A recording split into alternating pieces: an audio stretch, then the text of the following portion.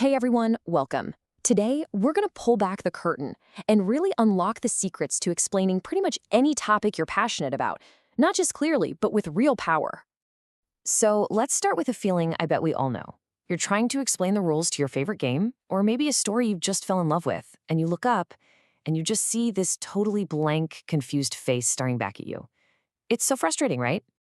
Well, what if I told you that great, clear writing isn't some kind of magic trick? Not at all. It's actually a lot more like following your recipe. And today, you and we're going to learn every single step of that recipe together.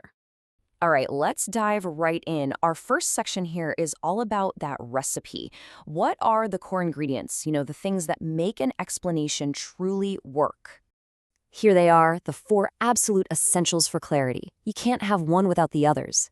Think of them as a team. You need a clear thesis to be your captain, you need strong evidence to back it up, you need precise language to get your point across, and a logical organization to guide your reader. They all have to work together. Okay, so theory's great, but let's see this recipe in action. The best way to learn is to see how the pros do it. So, for the next few minutes, we're going to put on our detective hats and really analyze a piece of expert writing. We're going to take a look at a short piece about the incredible scientist Marie Curie. We're going to break it down piece by piece. And as we do, I want you to be on the lookout for those 4 ingredients from our recipe. Let's be text detectives here. Bam! Look at that. The very first sentence. Right away, the author hands us the main point, the central idea. In the writing world, we call this the thesis statement. The author is basically telling us, right from the jump, hey, here's the most important thing I want you to know. It sets the stage for everything else. Now listen to the words the author chose. They didn't just say Curie worked on, science stuff. No way. They used specific, powerful words. Words like radioactivity, polonium, radium, and radioactive isotopes. Using precise language like this gives the writing authority and makes it crystal clear. So what about the organization? How is all this info structured? Well, the author leaves us these wonderful little breadcrumbs, these signal words. First, she did this. Second, she did that. Finally, she did this other thing. This is a classic chronological structure. It just organizes her achievements in the order they happened. Super easy to follow. And we can't forget about our second ingredient, strong evidence. This quote is a perfect example. The writer doesn't just state their opinion, they bring in a heavy hitter, a historian, to provide a quote that supports their main idea. That's what gives an argument real weight. So now that we've seen all 4 of those ingredients working together, let's zoom in on what is, I would argue, the most important one of all. That powerful, all-important thesis statement. Seriously, think of the thesis as the foundation of a house. It has to be solid because every other single part of your writing is built right on top of it. It's the backbone. It's the roadmap that tells your reader exactly where you're about to take them. Now, this slide is great because it shows the night and day difference between a weak and a strong thesis. On one hand, pollution is bad for the environment. Yeah, okay, we know. It's true, but it's kind of vague.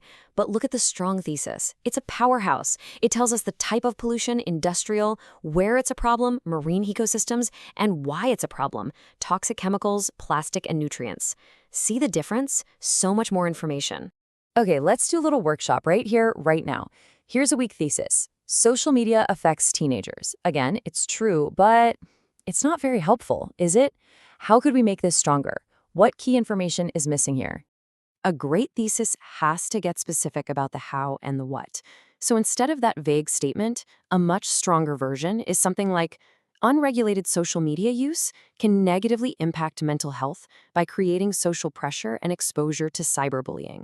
See, it specifies the what, the unregulated use, and the how, social pressure and cyberbullying. Now that is a roadmap for a fantastic essay. All right, so you've got your strong thesis. Now what? Well, you need a blueprint, right? You need a plan to build the rest of your writing. And that is where organizational structure comes in. And you've got choices. These are 4 of the most common structures writers use. We saw that the Marie Curie text used chronological order, but if you were writing about that social media thesis we just fixed, which one might you use? You could totally use cause and effect, or even problem solution. Picking the right structure is what makes your argument logical and easy to follow. Okay, we have analyzed an expert text, we've broken down the recipe, the key ingredients, and we've practiced the crucial skill of writing a strong thesis. Now, it's your turn to put it all into practice. So here's your challenge. I want you to think of a topic that you are genuinely an expert in. It could be a video game, a hobby, a sport, anything you love. And your task is to craft just one single, specific, focused thesis statement about it. That's it, just one sentence. And I'll leave you with this final thought. Think about that game, that hobby, that passion you have. How much more clearly, how much more powerfully could you explain it to somebody if you just started with the right sentence? That, my friends, is the power of a strong thesis.